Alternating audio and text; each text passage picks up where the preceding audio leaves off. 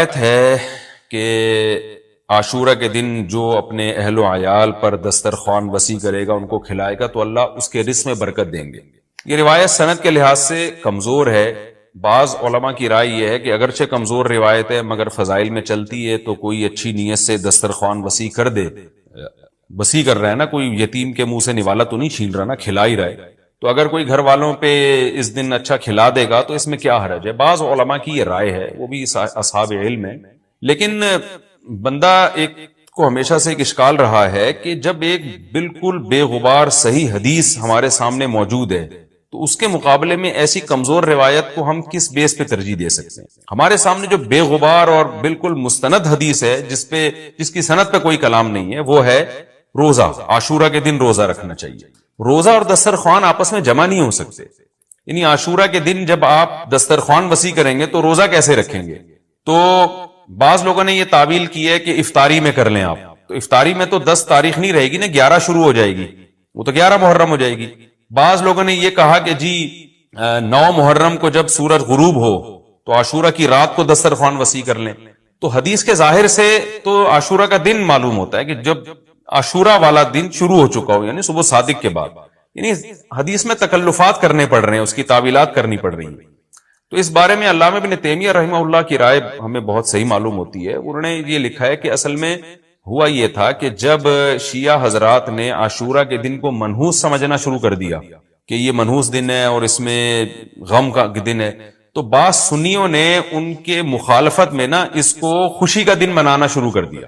یعنی ہوتا ہے نا، آپ کسی کی مخالفت میں حد سے تجاوز کرتے ہیں، تو انہوں نے خوشی کے دن کے لیے اس میں کھانے پینے کی روایتیں گڑھ لی، کھاؤ پیو کھلاؤ پلاؤ، تاکہ بالکل ان کی مخالفت ہو۔ تو حقیقت یہی معلوم ہوتا ہے کہ چونکہ صحیح حدیث میں روزے کا تذکرہ ملتا ہے، اور روزہ اور کھلانا پلانا جمع نہیں ہو سکتے۔ اگر یہ جو دوسری عاشورہ کے میں کھانا کھلانے والی حدیث بھی بالکل بے غبار اور مستند ہوتی نا، تو ہم دونوں کو جمع کر کے تعویلات کر لیتے کہ جی افطار میں کھلا دو اور سارا دن روزہ رکھو، یا نابالغ بچوں کو دن میں کھلا دو اور بڑوں کو روزہ رکھوا دو، تو ہم تعویلات کرتے اگر یہ اسی ٹکر کی حدیث ہوتی۔ لیکن یہ کمزور حدیث ہے، تو اس کو اتنی صحیح مستند روایت کے مقابلے میں ہم کیسے لا سکتے ہیں؟ تو وہ ابن تیمیہ رحمہ اللہ کی بات کافی معقول معلوم ہوتی ہے کہ بعض شامی لوگوں نے یہ روایت کو گڑھا ہے صرف شیعہ لوگوں کی دشمنی اور مخالفت میں، کہ اس کو خوشی کا دن، تو عاشورہ کا دن تو نہ غم کا دن ہے نہ خوشی کا دن ہے، عبادت کا مقدس دن ضرور ہے، تو برکت کا دن ضرور ہے۔ تو اس لیے اس میں صحیح بات یہی معلوم ہوتی ہے کہ یہ کھلانا پلانا والا جو روایت ہے یہ ہمیں صحیح معلوم نہیں ہوتی۔ روزہ رکھیں، اور افطاری میں تو ویسے ہی دسترخوان وسیع کرنا چاہیے، افطاری میں سموسے پکوڑے جلیبیاں بچوں کو کھلائیں تاکہ ان کو روزہ رکھنے کی اور زیادہ حوصلہ افزائی ہو۔ تو اس لیے ہماری رائے اس میں یہی ہے کہ عاشورہ کے دن بس روزہ ہی کی فضیلت ہے، دسترخوان والی بات ہمیں ٹھیک معلوم نہیں ہوتی، کیونکہ اس کے مقابلے میں جو ہے نا دسترخوان والی حدیث کے مقابلے میں زیادہ صحیح حدیث ہے جو روزہ تو کھانا پینے سے اجتناب کا نام ہے، اور افطاری میں تو ویسے ہی آدمی کھا لیتا ہے، وہ اس کے لیے پھر ضرورت نہیں ہے الگ سے ہمیں کسی روایت کی۔ اچھا بھائی، اور بھی محرم کے حوالے سے لوگ سوال پوچھتے ہیں، کالے کپڑے بھی ہو گئے، اور کیا رہ گیا بھائی؟ حلیم رہ گیا۔ حلیم محرم میں حلیم بھی بناتے ہیں لوگ، تو بے اصل چیز ہے، بدعت ہے، کوئی ثواب سمجھ کے کریں گے بدعت ہے۔ بعض لوگ کہتے ہیں ہم ثواب سمجھ کے نہیں کر رہے، ویسے ہی سب بنا رہے ہیں تو ہم بھی بنا رہے ہیں، تو بدعت کی تائید تو ہو رہی ہے نا۔ پورا سال پڑا ہے حلیم کھانے کے لیے، آپ کو کیا مصیبت ہے کہ آپ محرم میں دیکھ پکائیں؟ پورے سال کیوں نہیں پکا رہے تھے آپ؟ تو جب ایک رسم معاشرے میں غلط رسم پھیل جاتی ہے تو اس کا بائیکاٹ کرنا چاہیے، تو آپ نہ بنائیں، کسی اور مہینے میں بنا لیں آپ۔ تو پوری رات دیگیں چل رہی ہوتی ہیں، مذہب کے نام پہ تو یہ کام نہ کیا جائے نا۔ اور جو لوگ کہتے ہیں مذہب کے نام پہ نہیں کر رہے، ہم تو ویسے انٹرٹینمنٹ کر رہے ہیں، تو یار کسی اور دن کر لو بھائی، تم پورا سال پڑا ہوا ہے نا، ہم نے کب کہا ہے کہ آپ دیگیں نہ پکائیں؟ آپ پکائیں، پوری رات گھوٹے لگائیں، اس میں کسی اور دن کر لیں آپ۔ اس لیے اسلام کو بچائیں خرافات سے، اسلام کو ہمارے ذمے ہے کہ ہم اسلام وہی ہے جو نبی لے کر آئے۔ الیوم اکملت لکم دینکم واتممت علیکم نعمتی ورضیت لکم الاسلام دینا۔ اللہ کہتے ہیں آج کے دن میں نے دین مکمل کر دیا۔ جب یہ آیتیں نبی پہ نازل ہو گئیں تو اس میں حلیم نہیں تھا، محرم کا حلیم، دین مکمل ہو چکا، اس کو رہنے دیں آپ۔ اور پھر وہی ہے کہ جب آپ روزہ رکھیں گے تو حلیم کھائیں گے کس وقت؟ رات کو آپ کھائیں گے تو رات کو تو ویسے ہی کم کھانا چاہیے، سونے کے لیے اللہ نے رات بنائی ہے، کھانے پینے کے لیے تھوڑی بنائی ہے رات۔ دن میں آپ نے روزہ رکھنا ہے، تو وہ یہ روزے سے بھی میچ نہیں کر رہا یہ جو حلیم ہے نا، اس لیے اس سے اجتناب کریں، ایوائڈ کریں۔ جو گلی کے لوڑے لپاڑے بنا رہے ہوتے ہیں ان کو محبت سے سمجھا دیں، یار اگلے دن بنا لو، باز آ جائے ٹھیک ہے، نہیں تو پھر نکل لیں آپ پتلی گلی سے، الجھے نہیں لوگوں سے۔ پہلے تو میں یہ عرض کروں محرم کی اسلام میں فضیلت کیا ہے اور کیوں ہے یہ فضیلت۔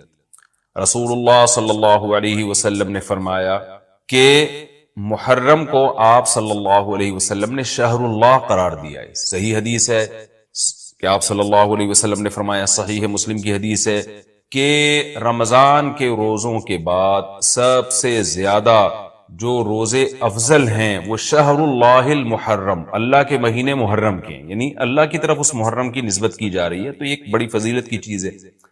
اور قرآن میں جن 4 مہینوں کو محترم قرار دیا ہے، عرب ان مہینوں میں جنگ و جدال کو حرام سمجھا کرتے تھے کہ یار یہ ناجائز ہے، اس میں جنگ نہیں کرنی چاہیے، ان مہینوں کا احترام لازم ہے۔ ان میں 4 مہینوں میں محرم بھی ہے، محرم، رجب، ذی الحجہ، ذی قعدہ، ذی الحجہ، یہ 4 مہینے ہیں جو محترم ہے، لیکن اس میں پھر رجب بھی داخل ہے اور ذی قعدہ بھی اور ذی الحجہ بھی، تو یہ بھی ہے۔ اور 10 محرم کے روزے کی بڑی فضیلت ہے، آپ صلی اللہ علیہ وسلم نے فرمایا 1 سال کے گناہوں کی معافی کا ذریعہ بنتا ہے، لیکن آپ نے فرمایا کہ یہودیوں کی مشابہت نہ کرو، کیونکہ یہودی 1 روزہ رکھتے ہیں تو ہم 9، 10 یا 10، 11 2 روزے ملائیں گے، تو یہ محرم کی فضیلت ہے۔ اور یہ کیوں ہے اس کی ہمیں وجہ معلوم نہیں ہے۔ جیسے کسی نے ابھی بھائی نے سوال پوچھا نا ایک کہ اس میں کوئی واقعات ہوئے تھے، تو پہلے میں بتا دوں 10 محرم میں جب نبی صلی اللہ علیہ وسلم نے محرم کے مہینے کی یہ فضیلت بیان کی تو اس کو کسی واقعے کی بیس پہ بیان نہیں کی ہے۔ اس بارے میں جتنے واقعات ہمارے پاس منقول ہیں کہ آدم علیہ السلام جنت سے زمین پہ آئے تھے، یا قیامت آئے گی اس دن، یا یہ کہ اور پتہ نہیں کیا کیا ابراہیم علیہ السلام کو آگ میں ڈالا گیا، یہ سب من گھڑت ہیں، اس کی کوئی حقیقت نہیں ہے، موضوع روایتیں۔ البتہ اس دن موسیٰ علیہ السلام اور بنی اسرائیل کو فرعون سے نجات ملی تھی، اس بارے میں روایت سندن بہتر ہے، یعنی اس کو مستند روایت کہا جا سکتا ہے۔ تو وہ یہ کہا جا سکتا ہے کہ 10 محرم کو موسیٰ علیہ السلام اور بنی اسرائیل کو اللہ نے فرعون سے نجات دی تھی، اسی بیس پہ یہودی روزہ رکھا کرتے تھے اس دن۔ تو یہ روایت کے علاوہ باقی جتنے بھی واقعات ہیں سب من گھڑت ہیں۔ باقی حضرت حسین رضی اللہ تعالی عنہ کو جو کربلا میں شہادت ملی ہے، وہ تو 10 محرم، وہ تو فضیلت تو اسلام میں پہلے محرم کس حدیث کے مطابق اللہ کے مہینوں سے ہے۔ صحیح مسلم کی حدیث ہے جس میں نبی صلی اللہ علیہ وسلم نے محرم کو شہر اللہ الحرام کہ اللہ تعالیٰ کا مہینہ کہا ہے، شہر اللہ المحرم۔ آپ صلی اللہ علیہ وسلم نے فرمایا رمضان کے بعد سب سے زیادہ جو فضیلت ہے، حضرت ابو ہریرہ رضی اللہ تعالیٰ عنہ کی حدیث ہے، سب سے زیادہ فضیلت محرم کے روزوں کی ہے۔ تو 10 محرم کا روزہ جسے کہا جاتا ہے وہ اس روزے کی فضیلت ہے، اور اس کی فضیلت کیا ہے کہ 1 سال کے سابقہ گناہ معاف ہوتے ہیں، اس سے صغیرہ گناہ مراد ہوتے ہیں، یہ فضیلت ہے۔ اور اس کو جو اللہ کا مہینہ کہا گیا تو اشہر حرم کی وجہ سے، اشہر حرم 4 مہینے ہیں، محرم ہے اور رجب ہے اور ذی قعدہ اور ذی الحجہ، تو 4 مہینے شریعت میں محترم مہینے ہیں۔ 4 مہینوں جو ہے نا محترم تھے عرب میں، اور محترم کا مطلب یہ تھا ان میں جنگ و جدال کو عرب لوگ بہت برا سمجھا کرتے تھے، تو اس میں ایک محرم بھی تھا۔ جو بھی مقدس چیز ہوتی ہے اس کی نسبت اللہ کی طرف کر دی جاتی ہے، اس لیے اس کو اللہ کا مہینہ کہا گیا ہے۔ محرم کو اللہ کا مہینہ کیوں کہا گیا میں نے بھی بتا دیا۔ محرم کے روزے کی فضیلت کیا ہے؟ 1 سال کے سابقہ گناہ معاف ہوتے ہیں۔ نبی صلی اللہ علیہ وسلم نے 10 محرم کے ساتھ ایک روزہ ملانے کا حکم دیا، 9 10 ملا دیں یا 10 11 ملا دیں، لیکن یہ لازمی نہیں ہے اس زمانے میں، اگر کوئی ملا دے تو اچھی بات ہے، نہیں ملائے تو 10 محرم کا بھی رکھ لیا جائے تو بھی ٹھیک۔ عاشورہ کے روزے کا دن کون سا ہوتا ہے؟ 10 محرم ہوتا ہے۔ عاشورہ 10 محرم کا روزہ کس نبی کے واقعے سے متعلق ہے؟ موسیٰ علیہ السلام کو جو فرعون سے نجات ملی تھی اور بنی اسرائیل کو جو فرعون سے نجات ملی تھی وہ 10 محرم کو ملی، تو یہودی اس دن روزہ رکھا کرتے تھے۔ جب آپ صلی اللہ علیہ وسلم کو پتہ چلا تو آپ نے فرمایا ہم تو موسیٰ کے زیادہ قریب ہیں علیہ السلام، تو آپ نے پھر روزہ رکھنا شروع کیا، لیکن یہودیوں کی مشابہت سے بچنے کے لیے آپ نے 2 روزوں کا حکم۔ آج کل چونکہ مشابہت کہا جاتا ہے کہ نہیں ہے، اس لیے بہت سے علماء کی رائے ہے کہ 1 روزہ بھی رکھ لینا کافی۔ 9 اور 10 محرم کا روزہ ساتھ میں رکھنا سنت ہے؟ جی بہتر ہے، 9 اور 10 کا اکٹھا رکھا جائے۔ 10 اور 11 محرم کا روزہ رکھنا جائز ہے؟ جی وہ بھی جائز ہے۔ صرف 10 محرم کا روزہ رکھنا کیسا ہے؟ وہ بھی ٹھیک ہے۔ محرم کے روزے اور رمضان کے روزے میں کیا فرق ہے؟ رمضان کا تو بہرحال فرض ہے، محرم کے روزے اور رمضان کے روزے میں وہی فرق ہے جو فرض نماز میں اور سنت نماز میں فرق ہے، زمین آسمان کا فرق ہے، کیونکہ فرض جو اسلام کا رکن ہے وہ تو بہرحال رکن ہے، اس کے برابر تو کوئی مہینہ یا کوئی روزہ ہو ہی نہیں سکتا۔ ماتم اور عزاداری کے مسائل۔ محرم میں ماتم کرنا جائز ہے، کسی بھی مہینے میں ماتم کرنا جائز نہیں ہے۔ صحیح بخاری کی حدیث ہے، عبداللہ بن مسعود رضی اللہ تعالیٰ عنہ سے روایت ہے، نبی صلی اللہ علیہ وسلم نے فرمایا جو اپنے چہرے پہ مارے گا یعنی غم میں، یا گریبان چاک کرے گا تو زمانے جاہلیت کی رسم کے مطابق چلے گا تو وہ ہم میں سے نہیں ہے، او کما قال صلی اللہ علیہ وسلم۔ تو گریبان چاک کرنا، چہرے پہ یا سینے پہ تھپڑ مارنا یا کسی بھی طریقے سے ماتم کرنا، اس کی نبی صلی اللہ علیہ وسلم سے صحیح حدیث میں ممانعت ہے۔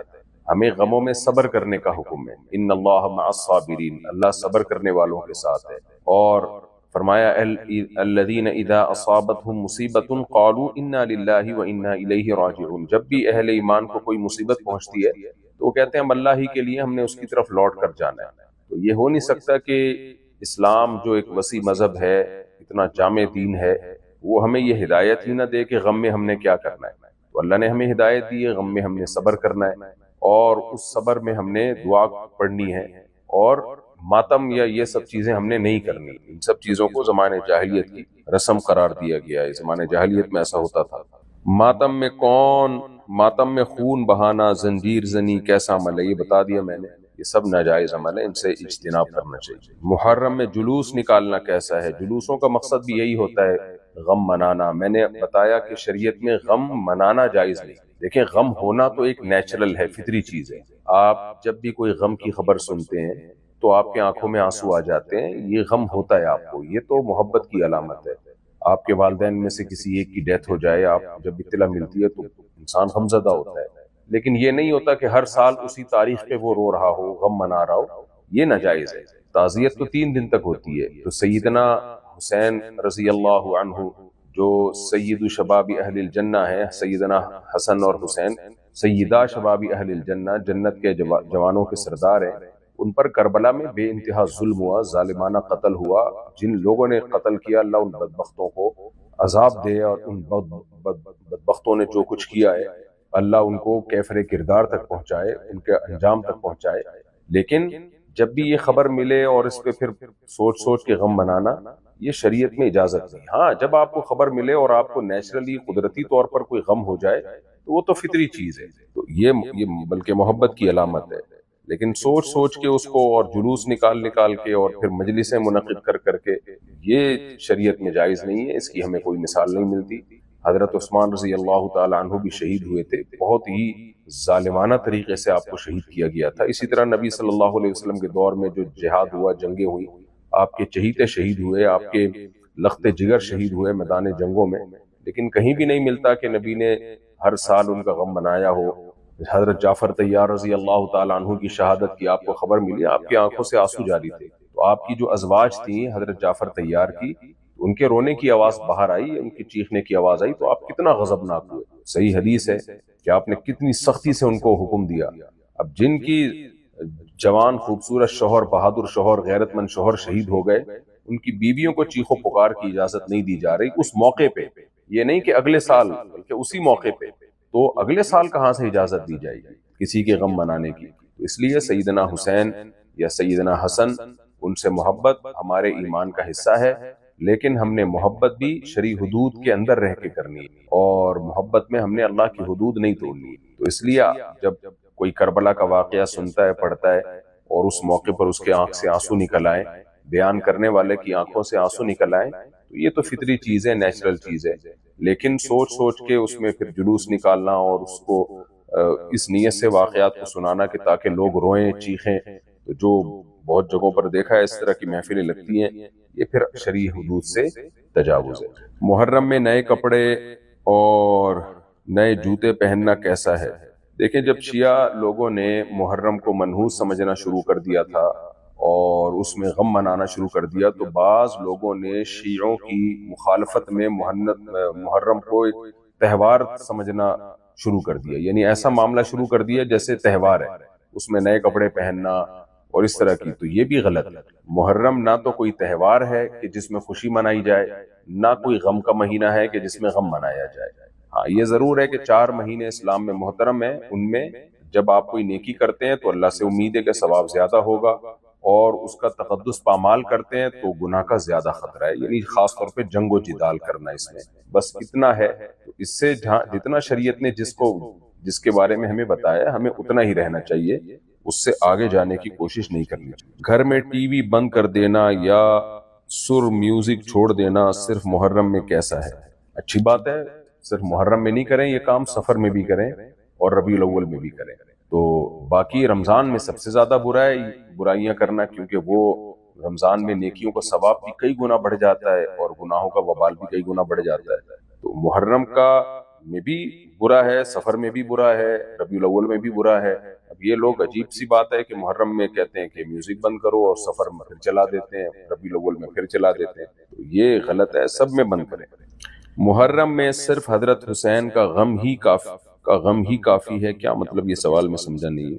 محرم میں رونا دھونا اور غم منانے کی شریعت کا حکم کیا ہے؟ میں نے بتا دیا کہ اسلام میں صبر کا حکم ہے، غم منانے کا حکم نہیں ہے۔ جتنی بڑی سے بڑی مصیبت آ جائے شریعت ہمیں حکم دیتی ہے کہ صبر کرو، ان اللہ مع الصابرین، صبر کرنے کا حکم ہے۔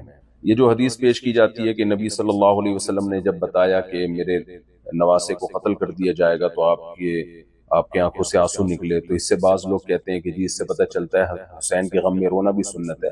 نبی صلی اللہ علیہ وسلم نے یہ ہمیں نہیں کہا کہ جب بھی شہادت کی ہر سال تم جو ہے رویا کرو، تبھی نبی صلی اللہ علیہ وسلم بھی ہر سال نہیں روئے ہیں۔ جب آپ کو اطلاع ملی تو اس وقت تو محبت کا تقاضا تھا کہ انسان کے آنکھوں سے آنسو نکلیں، تو سید الانبیاء صلی اللہ علیہ وسلم کی محبت تو بہت زیادہ تھی اپنے دونوں لاڈلوں سے۔ تو جب آپ کو اطلاع ملی تو وحی کے ذریعے تو آپ کا رونا فطری ہے۔ تبھی میں نے بتایا کہ اگر کوئی کربلا کا واقعہ سنتا ہے اس کو رونا آ جاتا ہے تو یہ محبت کی علامت ہے، لیکن یہ نہیں ملتا کہ ہر سال نبی صلی اللہ علیہ وسلم وہ واقعہ سوچ سوچ کے رویا کرتے تھے، بلکہ آپ نے صبر کا حکم دی۔ محرم کی عبادت اور عمل۔ محرم کی عبادت میں 10 محرم کا روزہ ہے اور حدیث سے اتنا ہی ثابت ہے، الگ سے کوئی عبادت ثابت نہیں ہے، کوئی کرے تو اچھی بات ہے۔ عبادت تو ایسی چیز ہے آپ جتنی چاہے کریں، جب چاہیں کریں۔ محرم میں کسی خاص عبادت کا حکم نہیں، ہمارے علم میں نہیں۔ کیا محرم میں عمرہ یا حج کی طرح کوئی الگ سے ثواب ہے؟ نہیں، میرے علم میں ایسی کوئی روایت نہیں ہے، کسی کے علم میں ہو تو ضرور پیش کریں۔ محرم کے پہلے 10 دنوں میں کون سی دعا مانگی جائے؟ کوئی مخصوص دعا ثابت نہیں ہے، جیسے باقی مہینوں میں آپ جو دعائیں مانگتے ہیں وہی محرم میں بھی مانگیں، اور الگ سے اس کی کوئی فضیلت بھی نہیں ہے دعاؤں کی۔ 10 محرم کو گھر میں کچھ خاص بنانا سنت ہے۔ بعض حدیثوں میں آتا ہے کہ اپنے اہل و عیال پہ جو عاشورہ کے دن خرچ کرے گا تو اللہ اس کے رزق میں برکت دے گا۔ اسی وجہ سے بعض علماء کا رواج ہے کہ عاشورہ کے دن گھر میں دسترخوان کو وہ وسیع رکھتے ہیں، لیکن میں نے جب ان حدیثوں کی تحقیق کی ہے تو ان میں کوئی بھی حدیث صحیح نہیں ہے، اور بعض علماء کہتے ہیں ٹھیک ہے صحیح حدیث تو نہیں ہے لیکن تعدد طرق کی وجہ سے وہ حسن کے درجے کو پہنچ گئی ہے۔ تو بات یہ ہے کہ ٹھیک ہے ضعیف روایات اگر کثرت سے ہوں تو وہ درجہ حسن کو پہنچ جاتی ہیں، لیکن اس میں شرط یہ ہے، خاص طور پر احناف کا تو بہت سخت اصولی موقف ہے کہ جب بھی کوئی حدیث مشہور حدیث یا متواتر حدیث کے خلاف ہوگی تو صحیح ہونے کے باوجود بھی وہ قابل قبول نہیں ہوگی۔ تو یہاں جو حدیث ہے، جو ضعیف روایتیں ہیں، وہ بخاری کی صحیح حدیث کے خلاف ہے جس میں عاشورہ میں ہمیں روزہ رکھنے کا حکم دیا گیا ہے۔ تو اب روزہ اور دسترخوان وسیع کرنا ایک ساتھ جمع نہیں ہو سکتا۔ بعض لوگ یہ کہتے ہیں کہ جی ٹھیک ہے روزہ رکھیں دن میں اور افطاری میں دسترخوان وسیع کر دیں، تو بھائی جب افطاری میں دسترخوان وسیع کریں گے تو وہ عاشورہ کا دن رہے گا ہی نہیں، وہ تو 11 محرم شروع ہو جائے گی۔ تو بعض لوگ پھر یہ کہتے ہیں کہ نہیں وہ رات یہاں دن کے تابع ہے، تو کچھ بنتا نہیں ہے، بہت زیادہ تعویلات کرنی پڑتی ہیں۔ اس لیے علامہ ابن تیمیہ رحمہ اللہ کی رائے اس بارے میں یہی ہے کہ ایسا معلوم ہوتا ہے کہ جیسے شیعہ لوگوں نے اس دن کو منحوس دن قرار دیا تو بعض شام کے لوگوں نے، سنیوں نے ان کی مخالفت میں بھی تشدد کر کے اس کو گویا ایک خوشی کا دن قرار دے دیا، اور پھر خوشیوں میں کپڑے بھی اچھے پہنے جاتے ہیں اور دسترخوان وسیع بھی کیا جاتا ہے، کھلایا پلایا جاتا ہے۔ تو ابن تیمیہ رحمہ اللہ کی رائے یہ ہے کہ یہ کچھ لوگوں نے غلو میں یہ حدیثیں گڑھی ہیں، واللہ عالم۔ بہرحال روایات ہیں، اختلافی مسئلہ ہے، جب مسئلہ اختلافی ہوتا ہے اہل حق علماء کے درمیان تو اس میں تشدد اور غلو جائز نہیں۔ تو میرا جو رجحان تھا اور ہمارے شیخ حضرت مفتی رشید احمد صاحب رحمہ اللہ تعالیٰ کا جو رجحان ہے، میرا کیا رجحان، میں تو چھوٹا منہ بڑی بات، جو بعض ہمارے بڑے علماء کا رجحان ہے، اگرچہ بعض علماء اس کو جائز بھی سمجھتے ہیں کہ دسترخوان وسیع کر دیا جائے، لیکن ہمارے ہی بعض اکابر اس طرف گئے ہیں کہ یہ روایتیں اتنی جاندار نہیں ہے کہ اس کی وجہ سے بخاری اور مسلم کی متفق علیہ صحیح حدیث میں تعویل کی جائے. لہذا ہماری رائے یہی ہے، ہمارا فتویٰ اسی پر ہے کہ دسترخوان وسیع کرنا بھی ٹھیک نہیں ہے. جب چاہیں دسترخوان وسیع کریں، بچوں کو کھلائیں پلائیں، لیکن 10 محرم میں اس کی کوئی خاص فضیلت کسی مضبوط دلیل سے ثابت نہیں. روزہ رکھیں آپ 10 محرم کا، افطاری میں ویسے ہی دسترخوان آٹومیٹیکلی وسیع ہو ہی جاتا ہے، کیونکہ افطاری میں بھوک لگتی ہے تو کھانے پینے کا دل کرتا ہے. تو بچوں کو بھی روزہ رکھوائیں، سب مل کے موج مستی کریں، کھائیں پیئیں افطاری میں، روزے میں نہیں. روزہ تو عبادت ہے. کیا محرم میں کسی قسم کا صدقہ دینا مستحب ہے؟ نہیں، کوئی الگ سے فضیلت نہیں ہے. جیسے باقی مہینوں میں صدقہ افضل ہے، محرم میں بھی اتنا ہی افضل ہے. محرم میں مسجد میں خصوصی درس دینا سنت ہے، کوئی الگ سے سنت نہیں ہے، اس کی کوئی الگ سے کوئی فضیلت نہیں ہے. باقی کوئی دینا چاہے تو جیسے ہر مہینے میں روزانہ درس ہوتا ہے، محرم میں بھی ہو سکتا ہے. محرم میں فاسٹنگ اور چیریٹی کا کیا تعلق ہے؟ کوئی تعلق نہیں ہے. روزہ رکھنا 10 محرم کو رکھیں اور چیریٹی بھی روزے میں کریں تو روزے میں ویسے ہی ہر نیکی کا ثواب بڑھ جاتا ہے. سنی اور شیعہ محرم کس طرح مناتے ہیں؟ شیعہ کس طرح مناتے ہیں یہ آپ شیعوں سے پوچھیں. ہم چونکہ اہل سنت والجماعت میں سے ہیں. اہل سنت والجماعت کا مطلب کیا ہوتا ہے کہ جو صحابہ، یعنی قرآن و سنت کی وہ تشریح جو صحابہ سے ثابت ہو، اس کو مانتے ہیں. تو ہمارے نزدیک محرم میں کوئی الگ سے عبادت نہیں ہے. کوئی جلوس نکالنا یا غم منانا، یہ ہماری نظر میں جو غموں کے جلوس ہوتے ہیں وہ جائز نہیں ہے. صرف روزہ رکھنا ثابت ہے.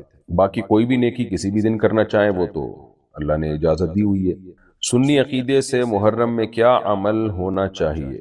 سنی عقیدے سے محرم میں بس یہی عمل ہونا چاہیے کہ محرم میں آپ زیادہ سے زیادہ روزے رکھیں، اور نہیں رکھ سکتے تو کم از کم عاشورہ کا روزہ آپ رکھیں. شیعہ کے محرم کے اعمال سنت کے مطابق رکھتے ہیں؟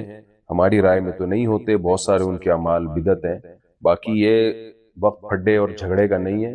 آپ اپنے مسلک پہ چلیں جس پہ آپ کو اطمینان ہے، اور کسی دوسرے کو چھیڑیں نہیں آپ، کیونکہ اس وقت تو عالم اسلام کے حالات چل رہے ہیں، وہ جھگڑے اور پھڈے بازی والے نہیں چل رہے. آپ اپنی رائے پہ چلیں. اہل حق علماء جن کو آپ اہل حق سمجھتے ہیں ان کو فالو کریں آپ.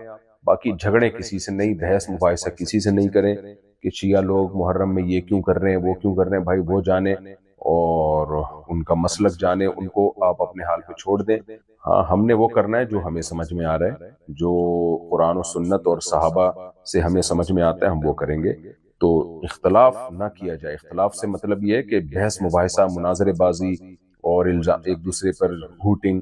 کیونکہ اس وقت جو امت مسلمہ جن حالات سے گزر رہی ہے ساری دنیا کے سامنے، اگر ہم لوگ لڑ پڑے اسی طرح آپس میں تو دنیا پھر ہمارا تماشا دیکھے گی اور مذاق اڑائے گی، اور نہ سنی رہے گے نہ شیعہ رہیں گے، سب کی ایسی کی تیسی ہو جائے گی. تو بس دلائل کی دنیا میں جو بات آپ کی سمجھ میں آ رہی ہے، اہل سنت والجماعت کا جو موقف ہے جو میں نے آپ کے سامنے رکھا قرآن و سنت سے، تو ہمیں یہی مسئلہ یہی ثابت ہے. اس کو فالو کریں، چھیڑیں کسی کو نہیں. کوئی کر رہا ہے اس کو کرنے دیں. شیعہ لوگوں کا 12 امام کا عقیدہ سنت سے ثابت ہے؟ ہمارے رائے کے مطابق ثابت نہیں ہے. اسلام میں جو اصل امام ہیں وہ تو صرف سید الانبیاء محمد صلی اللہ علیہ وسلم. البتہ مجازاً امام کہا جاتا ہے. حدیث میں جو ہمارا رہبر ہوگا ان کو بھی ہم امام کہتے ہیں. تو ان کا مطلب یہ نہیں ہوتا کہ وہ کوئی معصوم عن الخطا ہیں، بلکہ مطلب یہ ہے کہ وہ ایکسپرٹ ہیں اپنی فیلڈ کے، لہذا اس فیلڈ میں ہم ان کو فالو کرتے ہیں. جیسے حدیث میں امام بخاری کو، امام مسلم کو. اسی طرح فقہ میں جو اہل سنت والجماعت کے امام ہیں وہ 4 ہیں: امام ابو حنیفہ، امام مالک، امام شافعی، امام احمد ابن حنبل. یعنی 4 سے مراد وہ جن کا فقہ مدون مرتب ہوا اور صدیوں تک چلا اور آج بھی بھرپور طریقے سے موجود ہے. تو ہمارے ہاں جو امام کا مطلب ہوتا ہے وہ یہ نہیں کہ وہ معصوم علی خطا ہے، اس سے غلطی نہیں ہو سکتی، اس کی بات پتھر پہ لکیر ہے. تو اہل سنت والجماعت نے امام کا مطلب یہ ہے کہ وہ فقہ میں چونکہ ماہر ہیں، تو لہذا ہم حدیث سے ایک بات وہ ہے جو ہمیں اپنی عقل کے مطابق سمجھ میں آ رہی ہے، اور ایک وہ ہے جو امام ابو حنیفہ کی سمجھ میں آ رہی ہے. تو ظاہر ہے ان کا فہم فراست ہم سے زیادہ تھا، تو اس بیس پہ ان کو فالو کیا جاتا ہے. یہ عقیدہ نہیں ہوتا کہ ان سے غلطی نہیں ہو سکتی. تبھی ان 4 اماموں کے ماننے والوں نے بہت سے اقوال ان 4 اماموں کے ترک بھی کیے. خود فقہ حنفی میں ہمارے ہی مشائخ نے بہت سے اقوال امام حنیفہ کے چھوڑ دیے. شافعی فقہ میں بہت سے اقوال امام شافعی کے چھوڑے گئے ہیں. وجہ اس کی ہے کہ اہل سنت والجماعت ان 4 اماموں کو معصوم عن الخطا نہیں سمجھتے کہ ان سے غلطی ہو ہی نہیں سکتی. معصوم عن الخطا صرف پیغمبر کی ذات ہوتی ہے. اور پیغمبر سے اگر خطا ہو بھی جائے تو اللہ کی طرف سے فوراً اصلاح کر دی جاتی ہے تاکہ لوگ نبی کو فالو کریں، ہر چیز میں فالو کریں۔ تو اہل سنت والجماعت کے ہاں امام کا مطلب، جو مجتہدین ہیں امام، ان کا مطلب یہ ہوتا ہے کہ ان کا علم ہمارے علم سے زیادہ تھا اور ان میں قرآن و سنت کو سمجھنے کی صلاحیت ہم سے زیادہ تھی، لہذا قرآن و حدیث کا ایک مفہوم وہ ہے جو ہمیں سمجھ میں آ رہا ہے اور ایک وہ ہے جو ان کو سمجھ میں آ رہا ہے، ان کو سمجھ میں آ رہا تھا، تو ان کی رائے پر اپنی رائے کو چھوڑ دینا، بس یہ عقیدہ رکھے کہ غلطی ہر ایک سے ہو سکتی ہے۔ شیعہ حضرات کے ہاں امامت کا تصور کچھ اور ہے، وہ پھر آپ شیعہ لوگوں سے پوچھیں، وہ مجھ سے نہیں پوچھیں۔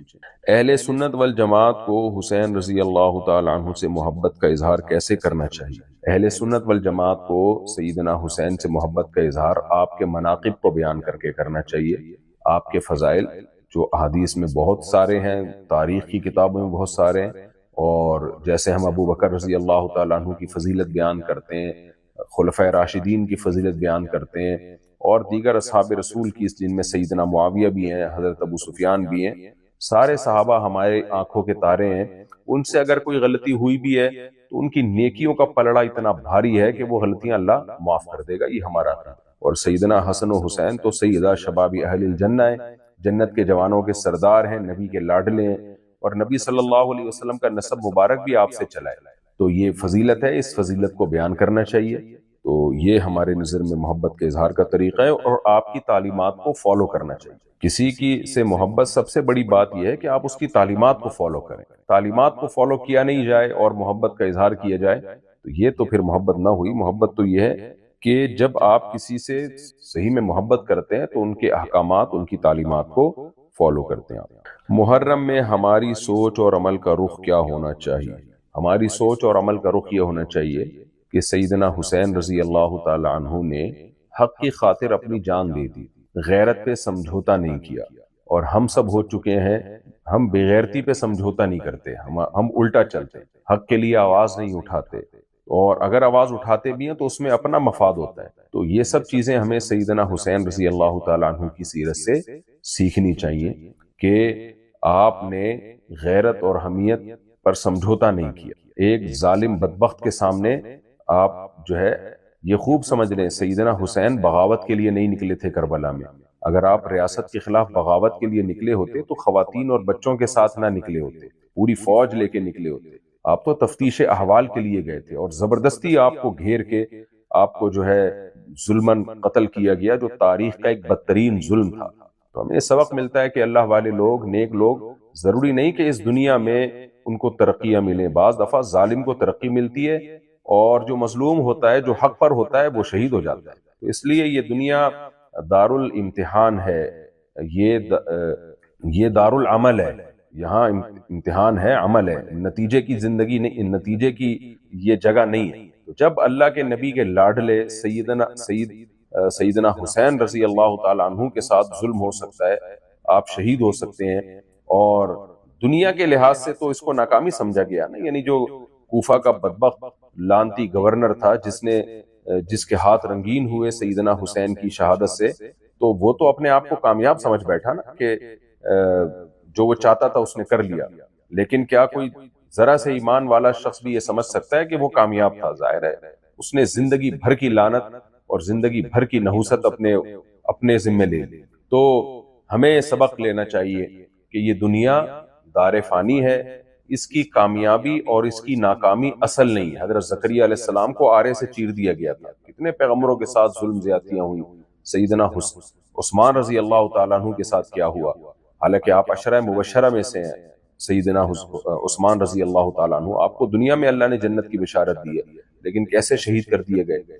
تو یہ دنیا کی کامیابیاں اور خوشیاں، اس سے کبھی ہمیں دھوکے میں نہیں آنا چاہیے، کبھی اللہ کی نعمت بھی ہوتی ہے اور کبھی اللہ کی طرف سے عذاب بھی ہوتی ہے۔ یہ بہت بڑا سبق ملتا ہے ہمیں سیدنا حسین رضی اللہ تعالیٰ عنہ کے واقعے سے۔ حسینیت کا مطلب صرف ماتم ہے یا کچھ اور؟ دیکھیں حسینیت کا اصل مطلب کیا ہے؟ اصل مطلب ہے غیرت، شجاعت، بہادری، یہ حسینیت کا اصل مطلب ہے۔ صبر، جس میں صبر سب سے پہلے آتا ہے۔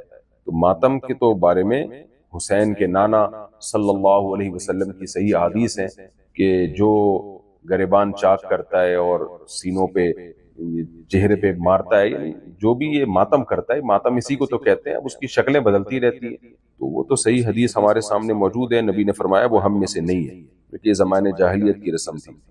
خود سیدنا حسین رضی اللہ تعالیٰ عنہ کی شہادت کی اطلاع جب اہل بیت کو ملی ہے جو باقی رہ گئے تھے، تو کیا انہوں نے کیا یہ سب کچھ کیا تھا؟ ظاہر ہے انہوں نے یہ سب کچھ نہیں کیا، انہوں نے صبر کیا، تو ہمیں بھی صبر کا حکم۔ آج کے دور میں کربلا سے کیا تعلیم ملتی ہے یہ میں نے بتائی ابھی تفصیل کے ساتھ۔ یہ بھی ہو گیا۔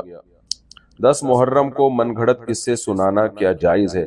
10 محرم کو جو واعظین کی طرف سے واقعات سنائے جاتے ہیں، کچھ تو واقعی مستند واقعات ہوتے ہیں، لیکن ان میں زیادہ تر واقعات من گھڑت ہیں، صرف مجمع گرم کرنا ہوتا ہے، یہ بھی غلط ہے۔ نبی صلی اللہ علیہ وسلم نے ارشاد فرمایا کہ کفا بالمرء کذبا ان یحدث بکل ما سمع، انسان کے جھوٹا ہونے کے لیے اتنا کافی ہے کہ ہر سنی سنائی بات کو آگے نقل کر دے۔ تو ہر سنی سنائی بات میں ہر پڑھی ہوئی بات بھی، کتاب میں آپ نے کوئی واقعہ پڑھ لیا، آپ کو تحقیق ہے نہیں کہ یہ مستند ہے غیر مستند ہے، تو اس کو آگے نقل کر دیا، تو یہ بھی جائز نہیں، یہ بھی انسان کے جھوٹا ہونے کے لیے کافی ہے۔ تو محرم میں یا سفر میں یا ربیع الاول میں کسی بھی مہینے میں جب آپ کربلا کا واقعہ پڑھیں سنیں تو اس کی تحقیق کر لیں کہ یہ مستند بھی ہے یا نہیں، کیونکہ بہت زیادہ بعض لوگ، مبالغہ میں نہیں کہہ رہا سب کرتے ہیں، لیکن بہت سے لوگ اس میں جھوٹے قصے بھی داخل کر دیتے ہیں مجمع گرم کرنے کے لیے، اور اس کو گویا ایک طرح کے وہ کیا کرتے ہیں کہ لوگوں کو یعنی یہ بھی گویا تفریح کا ایک وہ بنا دیتے ہیں، اس کو بھی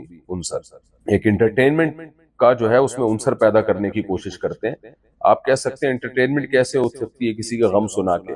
تو غم میں جب بہت زیادہ جھوٹے قصے ڈال دیے جائیں نا اس کے اندر، دیکھیں ہمارے نزدیک سیدنا حسین کا قتل ہی اتنا بڑا ظلم اور اتنا بڑا غم کا واقعہ ہے کہ یہی عرش کو ہلا دینے کے لیے کافی ہے۔ یہ کوئی کم نہیں ہے کہ ایک اسلامی ریاست تھی، اس کا ایک گورنر تھا جو اپنے آپ کو مسلمان کہتا تھا، اس کے ہاتھوں نبی کے نواسے کا اور اہل بیت کا قتل ہو رہا ہے، یہ کوئی کم واقعہ نہیں ہے۔ لیکن بعض واعظین کیا کرتے ہیں، مجمع گرم کرنے کے لیے، ان کو جذبات میں لانے کے لیے، تاکہ تھوڑا سا ایک جو ہے نا وہ مجمع گرم ہو جائے اور ان کو لفافے میں پیسے زیادہ مل جائیں، تو بعض جھوٹے واعظین پھر اس میں اپنی طرف سے بہت ساری چیزیں ملا رہے ہوتے ہیں۔ تو اس میں دیکھنا چاہیے کہ کون واعظ ایسا ہے کسی بھی مسلک میں، میرا مقصد کسی مسلک کی بات کرنا نہیں ہے، چاہے شیعہ ہو چاہے سنی ہو، دیکھنا یہ چاہیے کہ کون سا واعظ ایسا ہے جو مستند واقعہ سنا رہا ہے، جو مستند سند سے ثابت ہے، اور کون ایسا ہے جو اپنی طرف سے اس میں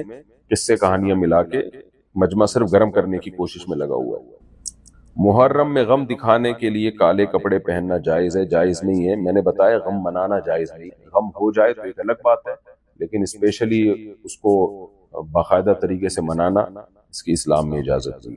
محرم میں دسترخوان وسیع کرنا، یہ مسئلہ میں ابھی تھوڑی دیر پہلے تفصیل سے بتا چکا ہوں۔ اچھا، محرم میں حلیم بنانا کیا بدعت عمل ہے؟ جی بالکل بدعت عمل ہے، دین جو ہے وہ مکمل ہو چکا، نبی صلی اللہ علیہ وسلم کے دنیا سے جاتے ہی اب اس میں کوئی بھی چیز ایڈ کی جائے گی تو وہ دین میں اضافہ ہوا۔ محرم میں منت مانگنا کیا جائز ہے؟ بعض لوگ یہ بھی سمجھتے ہیں کہ محرم میں منت مانی جائے تو وہ پوری ہوتی ہے، تو اس کی بھی کوئی دلیل نہیں ہے، اور اسپیشلی یہ سمجھ کے محرم میں منت ماننا کہ اس میں زیادہ ثواب ملے گا یا منت پوری ہوگی، یہ بھی جائز نہیں ہے، گناہ ہے کہ آپ نے اپنی طرف سے کیوں شریعت کے کہے بغیر کسی مہینے کو منت کے لیے خاص کر لیا۔ قربانی کا گوشت محرم تک رکھ کر کھانا جائز ہے؟ قربانی کا گوشت جب تک چاہیں آپ رکھ کے کھائیں، لیکن بعض لوگ اس لیے محرم تک رکھتے ہیں کہ انہوں نے حلیم بنانا ہوتا ہے اس میں، تو میں نے بتایا محرم میں حلیم کو کوئی فضیلت دینا جائز نہیں ہے، اور آج کل لوگ فضیلت ہی دیتے ہیں، اس لیے اوائڈ کرنا چاہیے۔ محرم میں سبیلیں لگانا جائز ہے؟ شیعہ حضرات یہ کام کرتے ہیں، ان کے مسلک میں ایسا ہی ہے۔ میں نے بتایا کہ آپ ایک چیز کو فالو کریں، ہمارا جو منہج ہے اہل سنت والجماعت کا، وہ منہج شیعہ حضرات سے مختلف ہے، تو ہمارے لیے کوئی بھی کام کے ثواب سمجھنے کے لیے یہ ضروری ہوتا ہے کہ صحابہ سے، قرآن و سنت سے اس کی کوئی دلیل ہو، تو ہمارے پاس کوئی دلیل نہیں ہے محرم میں سبیل کی، اس لیے ہم اس عمل کو اگر کوئی ثواب سمجھ کے کرتا ہے تو اس عمل کو بدعت سمجھتے ہیں۔ لوگ ثواب سمجھ کے ہی کر رہے ہوتے ہیں، ظاہر ہے گناہ سمجھ کے تو نہیں کر رہے ہوتے۔ تو نارملی اگر کسی کو پیاس لگ رہی ہے اس کے لیے آپ پانی کی سبیل لگائیں تو وہ کسی بھی مہینے میں لگا لیں جب زیادہ ضرورت ہو۔ جون جولائی میں زیادہ ضرورت ہوتی ہے، گرمیاں ہوتی ہیں، دسمبر میں نہیں ہوتی ضرورت، تو اس کا محرم سے تعلق نہیں ہے، اس کا گرمی سردی سے تعلق ہے۔ سبیل میں مقصد صرف پانی پلانا ہو اگر تو جائز ہے؟ مقصد پانی پلانا ہے تو پھر سفر میں کیوں نہیں لگا رہا، ربیع الاول میں کیوں نہیں لگا رہا؟ جو محرم میں لگا رہا ہے اس کا مطلب اس کے دماغ میں یہ بات ہے کہ اس میں زیادہ ثواب ہے، تو یہ غلط ہے، آپ شریعت پہ کیسے اضافہ کر رہے ہو؟ اس میں ثواب نہیں ملے گا بلکہ بدعت کا گناہ ملے گا۔ پھر بار بار میں کہتا ہوں جو شیعہ لوگ ہیں ان کو چلنے دیں، وہ جو کر رہے ہیں، کسی کو چھیڑے نہیں جا کے کہ سبیل کیوں لگائی ہے، کیا کر رہے ہو، یہ دور چھیڑ چھاڑ کا نہیں ہے۔ امت کو بہت سے بڑے مسائل میں اتحاد کی ضرورت ہے جو دنیا کے حالات چل رہے ہیں، لیکن آپ یہ کام نہ کریں اور سبیلوں سے پانی بھی نہ پئیں، آپ اوائڈ کریں اس سے۔ کیا محرم میں قیامت آئے گی؟ بعض روایات ہیں اس ٹائپ کی، لیکن کوئی بھی مستند روایت نہیں۔ 10 محرم سے متعلق جتنے بھی واقعات ہیں ان میں بالکل بے غبار جو صحیح سند سے ثابت ہے واقعہ وہ یہ ہے کہ اس دن حضرت موسیٰ علیہ السلام اور بنی اسرائیل کو فرعون سے نجات ملی۔ اس کے علاوہ جتنے بھی 10 محرم اور عاشورہ کی طرف واقعات منسوب ہیں ان میں کچھ حدیثیں تو بالکل من گھڑت ہیں، کچھ ضعیف ہیں، بالکل بے غبار مستند روایت صرف یہی ہے۔ محرم میں نکاح کرنا کیا منحوس ہوگا؟ نہیں، کوئی مہینہ کوئی دن اسلام میں منحوس نہیں ہے، اور اگر ہم کسی کے غم کی وجہ سے کسی مہینے کو منحوس سمجھنا شروع کر دیں اور اس میں نکاح پہ پابندی لگا دیں تو پھر تو اسلامی تاریخ میں یکم محرم سے لے کے 30 ذی الحجہ تک ہر دن کوئی نہ کوئی واقعہ ہوا ہے۔ تو اس لیے اہل سنت والجماعت کے نزدیک کوئی اس میں حرج نہیں ہے، بلکہ نکاح میں تاخیر شریعت میں پسندیدہ کام نہیں۔ اب آپ کا رشتہ طے ہوا محرم میں اور آپ اس کو ڈیلے کر رہے ہیں کہ میں سفر میں کروں گا، تو شریعت میں نکاح میں تاخیر پسندیدہ کام نہیں۔ انکحوا الایام منکم والصالحین من عبادکم وامائکم، کہ اللہ کہتے ہیں جو بھی بے نکاح ہیں ان کا نکاح کرا دیا کرو۔ تو کب کیا مطلب کرا دیا کرو؟ 10 سال کے بعد کرا دیا کرو؟ مطلب یہ ہے کہ جب موقع ہو اسی وقت کرا دیا کرو۔ تو آپ صرف اس وجہ سے محرم کے نکاح کو ڈیلے کر رہے ہیں کہ معاذ اللہ یہ منحوس مہینہ ہے، تو یہ پھر گناہ ہوگا۔ ویسے ہی کوئی ڈیلے کر رہا ہے کہ ابھی اس کے لیے سوٹیبل نہیں ہے نکاح کرنا تو ایک الگ بات ہے، لیکن اپنی طرف سے کسی مہینے کو آپ نے منحوس قرار دے کے نکاح جیسی مبارک عمل کو ڈیلے کر دیا، یہ پھر شریعت پر زیادتی ہونے کی وجہ سے گناہ ہوگا اس میں کہ آپ نے شریعت پر اضافہ کیوں کیا۔ بعض لوگ کہتے ہیں اگر اس مہینے میں آپ کے ابا کا انتقال ہوا ہوتا تو آپ نکاح کر لیتے۔ بالکل کر لیتے اگر 1 سال گزر چکا ہوتا۔ ہاں، جس وقت انتقال ہوتا ہے اس وقت تو انسان رو رہا ہوتا ہے، غمزدہ ہوتا ہے، اس کی توجہ ہی نہیں جاتی نکاح وغیرہ کی، وہ ایک الگ بات ہے۔ لیکن اگلے سال جب وہی مہینہ آئے گا تو اس میں سب لوگ کر رہے ہوتے ہیں۔ کسی یعنی فرض کریں کہ ربیع الاول میں یا رجب میں آپ کے والد کا انتقال ہوا، تو یہ کہیں بھی نہیں ہے کہ اگلے رجب میں آپ نے شادی نہیں کرنی کیونکہ آپ کے والد کا انتقال ہوا تھا۔ تو پھر تو کبھی آپ کی والدہ کا انتقال ہوا ہوگا، کسی مہینے آپ کی والدہ کا انتقال ہوا ہوگا، تو غم کا مہینہ جب اگلے سال دوبارہ آتا ہے تو اس میں وہ نہ انسان کے وہ جذبات ہوتے ہیں اور نہ جو ہے اس پہ کوئی شرعی احکام ہوتا۔ تو اس لیے سیدنا حسین رضی اللہ تعالیٰ عنہ کی شہادت میں نے بار بار بتایا کہ چھوٹے غم نہیں ہے، امت کے لیے بہت بڑا غم تھا۔ شاید تاریخ میں امت نے اس سے بڑا غم نہ دیکھا ہو، لیکن اب ہر سال اس مہینے کو آپ منحوس سمجھنا شروع کر دیں اور اس میں کوئی خوشی منانے کو ناجائز سمجھنا شروع کر دیں، یہ پھر شریعت پر اضافہ ہے، شریعت پر زیادتی ہے، یہ زیادتی اضافہ جائز نہیں ہے۔ محرم کی اسلام میں فضیلت کیا ہے؟ میں نے بتا دی۔ کیا عاشورہ کا روزہ واجب ہے؟ عاشورہ کا روزہ واجب تھا، حدیث میں آتا ہے کہ جب تک رمضان کے روزے فرض نہیں ہوئے تھے تو عاشورہ کا روزہ لازم تھا۔ جب اللہ نے رمضان کے روزے فرض کر دیے تو پھر عاشورہ کے روزے کی فرضیت کو منسوخ کر دیا۔ محرم میں امام بارگاہ میں جا کر منت مانگنا جائز ہے؟ شیعہ حضرات کرتے ہیں، ان کو کرنے دیں، آپ نہ کریں۔ محرم میں نوحہ مرثیہ یہ بھی ہو چکا ہے۔ محرم اور سفر میں نکاح کرنا، لوگ محرم میں بھی نکاح کو منحوس سمجھتے ہیں، سفر میں بھی۔ کوئی مہینہ اسلام میں منحوس نہیں ہے، ہر مہینے میں آپ کے لیے نکاح کرنا جائز ہے۔ یہ کچھ مسائل آئے ہوئے تھے محرم سے متعلق جن کا میں نے جواب دیا۔ باقی نبی صلی اللہ علیہ وسلم کی صحیح حدیث ہے، من احدث فی امرنا ھذا ما لیس منہ فہو رد، جو ہمارے دین میں کوئی بھی نئی چیز ایجاد کرے جس کا ہمارے دین سے تعلق نہیں ہے تو وہ چیز مردود ہے۔ تو سیدنا حسین رضی اللہ تعالیٰ عنہ بھی اگر آج ہمارے درمیان موجود ہوتے تو وہ بھی یہ سب کچھ